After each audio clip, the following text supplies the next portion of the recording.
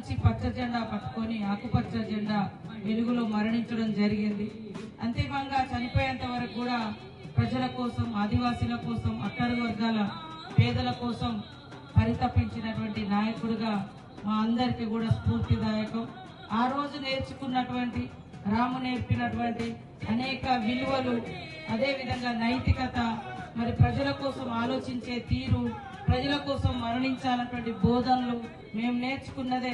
ఈరోజు ప్లాట్ఫామ్ వేరే అయినా ప్రజల్ని గౌరవించడం, ప్రజల శ్రమను గౌరవించడం, ప్రజల కష్టాలు తెలుసుకోవడం, వాళ్ళ కోసమే పనిచేయాలనేటువంటి ఒక దృక్పథం రావడానికి రామే మాకు అందరికీ స్ఫూర్తిగా నింపడం జరిగింది.